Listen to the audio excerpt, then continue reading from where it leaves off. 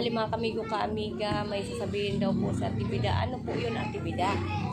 Yung kapatid ni Ate Inday, nagsumbong dun sa anak niya yata yun o pamangkin. O pamangkin ngayon. Kung gusto mangyari ni Ate Inday, umalis ako kasi paralyzed daw ako. Baka dun daw ako atakihin sa kanya. Ngayon yung kaibigan ko namatay, dito ako pumupunta para makakain ako. Kasi wala akong pera, wala akong ibibigay sa kanya. Tapos sinisingil pa ako sa tubig ilaw. Sino? Mag-hati doon ako sa tubig ilaw, kaya hindi ko naliligo. Isang linggo na, nung isang araw lang ako pero isang linggo na ako sa kanya, hindi ako naliligo kasi wala akong pambayad ng tubig. Mag-hati daw ako ilaw tubig. Saan naman nakukuha? Wala akong trabaho, Madam Fiore. Nakikikain lang ako sa patay. Tumutulong-tulong ako hanggang hindi na nilibig to.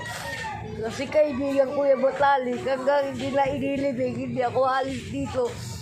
Para pumunta doon sa dati kong amo. Doon ako makikitulong. Dito po siya sa sa auntie po na namatay. Yung auntie ni Kuya Buboy nga namatay. Dito si Ate Bida. Dito siya nakituloy uli. Wala ka na akong tutugan kung hindi doon sa pulok doon sa dati kong amo makikiusap ako. Katapos hindi na inilipat yung gamit ko. Para hindi maga pa lang butak-tak na. Maga pa lang sigaw dito, sigaw doon. Gagalit siya. Hindi na ako kumikibo, magigising at magigising ka sa tulungan niya. Uwi ako doon, matutulog lang. Kesa doon ako kumain, wala akong pera, pambigay sa kanya, nakakahiya. Diba sabi niya sa'yo ka nung nakarang araw, kung ano makakain niya sa lapag, kakainin ko, diba? Ang ginawa niya, nagpirito ng isda nga po niya, hinahanap niya pa. Hinahanap niya pa yung pirito, ba't kakaunti daw? Pero kumain ka?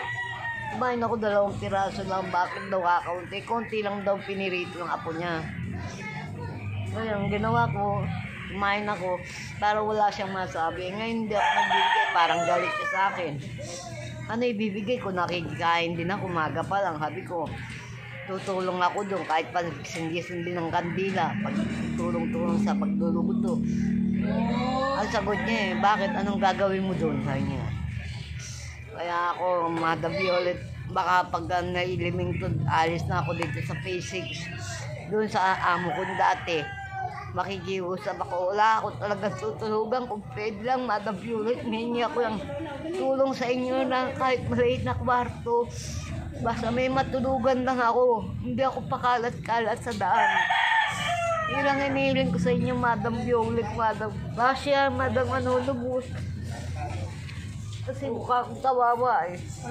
Baka tutulugan, tumulong ka, masama sa kanila, masama sa kanya. O, ang ginawa ko, nagpaalam ako sa kanya para at least makakain ako. Kagabi hindi na kumain, maghapon kahapon hindi ako kumain sa kanila. Wala akong ibibigay na pera. Nahihiya rin ako. Nahihirapan na ako. Madam yun, buti pa nga. Kunin na ako ng kaibigan ko para nahihimig na ako. Lalo na akong problema. Hirap na ako kung saan ako matulog, saan ako titira o ano. Sa gabi, split na ulo ko, kakaisip sa sinabi niya kahapon. Guys, stress ako, hindi na ako bigibo. Kaya nakikiusap ako sa inyo, Madam Violet, Madam Gracia, Madam Anonymous, humingi ako ng tulong kahit maliit na kwarto. Kwarto man lang para tulungan. Wala ko ibabayad sa tubig, ilaw. Wala man akong trabaho. Di na nga ako naliligo. Bihira lang ako maligo. Isang araw pa lang ako naliligo sa kanila. Damit ko man, hindi ko malabad dahil nahiya akong gumamit ng tubig. Yun lang po, Madam Violet. Binuhos ko lang po yung sama ng loob ko. Sabi ko Ate Jenny, problema ko. Tapos kakausapin ka daw Ate Jenny. Kaya dito ako nag-steady para yung ano niya, hindi ko marinig. Oo, inaamin ko, dyan ako natutulog sa kanya. Pero yung siyempre, tulong-tulong, ano ko ba si Ate Tess, kaibigan ko. Oo. Oo, nakakakain ka. O nililibing dito muna ako, standby. Matulog ako, hindi, okay lang. Basta standby ako. May makakain lang ako. Bilang hiniling ko yung maliit na kwarto, Madam Violet. Para meron ba kung ano, O yun na lang pag halimbawa, malay mo may mga maliit na ako walang bakante din. Malay mo lang, o di ba? Pag mag-ano sila, Madam Dulix ng halimbawa, kung merong sinasabi sila, hanap tayo. Alam mo kung totoo sin ayoko nang malis dito sa Phase 6 dahil kabisado ko na tao rito. Magawa nga ako ng sarap para na-attack ko yung ewan ko, mahirap magsalita. Nahihirapan na ako, sana kunin na ako ni Ate Tess eh. Tapos, para ba, save ako. Malakas niya yung narepis nagulat niya ako malakas yung Ayan, walang depression, pero na ako na sa akin. Ako maraming depression, hindi ako kinuha ng Panginoon. Wala pang naghahanap buhay sa akin. malakas yung sinarepis Hindi, napansin naman puso din, atake. yun yung sa niya yung high blood. High blood, puso, katulad ng sakit ko. Pag nagalit o iniisip, matulog man ako, may kinanong oras, pwede akong mamatay. Kaya nililibang ko yung sarili ko. Kitaan yung kahit maliit Kahit lang. maliit lang. Diretso lang yung katawan ko. Sana ako nagsumbo sa'yo.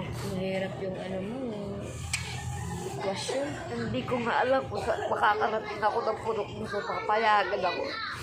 Pagmamakaawan naman ako. Wala naman ako ginagawa pag-pera naman ako. Bumibili ako. Pero sa sinabi niya kahapon, naintindihan ko na hindi naman ako manhid, Ate Jenny. Marunong din ako magkano.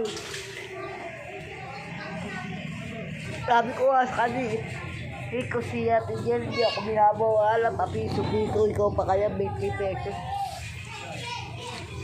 Katuwaan lang kami. Kasi nagagalit siya, kumakain ako sa labas. Ayaw niya. Hindi kumakain ako sa labas, nagagalit pa rin siya. Kung ano pagkain niya, pero nung niya ako, inanap yung perito. Siyempre naman, kumuha ako 2. Kakaunti lang pala yung hinuto ng apo niya. Kaya hindi ako dito lang ako mag-apon. Buwi ako, matutulog. Gabi na. Sa gabi, alas 10 na ako buwi. Kaya nga, loobat hindi ko masaksak. Nandun yung saksakan, nasa kanya. Baka mamaya pagka pumasok ako, sisitahin ako. Nababayaan ko nandun lang yun. Ako ang tigapagpalit ng kandila, ayaw na magpalit. Ayaw nila magpalit. Mag-anak kasi bawal yun. Masusundan at masusundan yan. Ako nga hugas ng pinggan, ako lang minsan nagluluto ako. Para may makain lang ako. Sabi nga niya, buti nandiyan ka, te. May katulong sila. Sige na, okay na. Ito na lang, Madam Violet. I-update ko lang. Maliit na kwarto lang para makaiga ako ng maayos. Gagaling ko lang din. O nga sabi, may sakit daw kayo. Gagaling ko lang. Hilutin ko kaya yung likod mo, Madam. Ano ko? Parang, wala naman siguro, wala na. May lamig pa yan. May lamig pa. Hilutin ko minsan. Huwag muna sa ngayon, di ba? Oo. Kasi may patay pa dito pag nakaanoon ako. Ibang araw na lang siguro kasi para maano yung para maano yung mga persa mo dyan. O yan o, tigas o. Para maano yung dated mo. Sige na. Sige na po, Madam Violet, Madam Anonymous. Madam Anonymous, ingat kayo, Madam Russia. Sana po matuloy kayong uwi para makita niyo yung sitwasyon Madam ko. Juliet, Madam Para makita Russia, niyo yung sitwasyon ko. Ano? Madam MSR, Madam, ano ni mo, USA, di ba? Yan lang ang Love you all inigo sa ko. I ating love lahat. you. Ayan, okay na, okay na.